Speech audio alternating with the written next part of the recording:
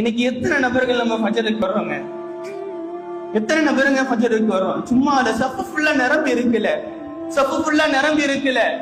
ஏன் அல்லாஹ்வை பார்க்க விருப்பம் இல்லையா? அல்லாஹ்வோடு பேச விருப்பம் இல்லையா? கல்பு அவ்வளவு இறுக்கமாகி விட்டதா? அல்லாஹ்வின் நெருக்கம் வேண்டாமா? அல்லாஹ்வின் தொடர்பு வேண்டாமா? இந்த அல்லாஹ்வின் தொடர்பு இல்லாமல் வாழ்ந்து விடுவீர்களா? இந்த துன்யாவில் மறுமையில் வாழ்ந்து விடுவீர்களா? அந்த வாழ்க்கையிற்காக தானே அல்லாஹ் சொன்னான், எங்களை விட்டு நீ தூரமாகி விடாது என்று. அல்லாஹ்வை விட்டு தூரமாகி கொண்டே இருக்கின்றோமே.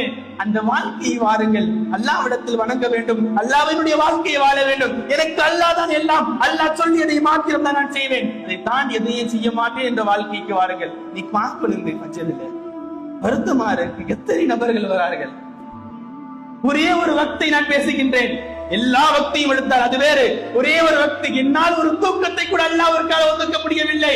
என்னால் ஒரு சின்ன தூக்கம், ஒரு அரை மணி நேர தூக்கத்தை என்னால் உதறிவிட்டு அல்லாஹ்விற்காக வர முடியவில்லை என்றால் என்னை விட நன்றி கட்ட அடியான் யாராக இருக்க முடியும்? ஸல்லல்லாஹு அலைஹி வஸல்லம் அவர்கள் சொன்ன அடையாளத்தில் நாம் இருக்கின்றோமே.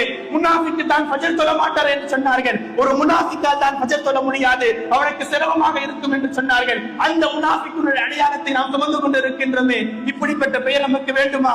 அல்லாஹ்வின் நேசர் என்ற பெயர் வேண்டுமா? இல்ல முனாஃபிக் என்ற அடையாளம் நமக்கு வேண்டுமா? அல்லாஹ்வின் நல்லடியார்களே, அல்லாஹ்வின் பக்கம் நெருங்கி வாருங்கள்.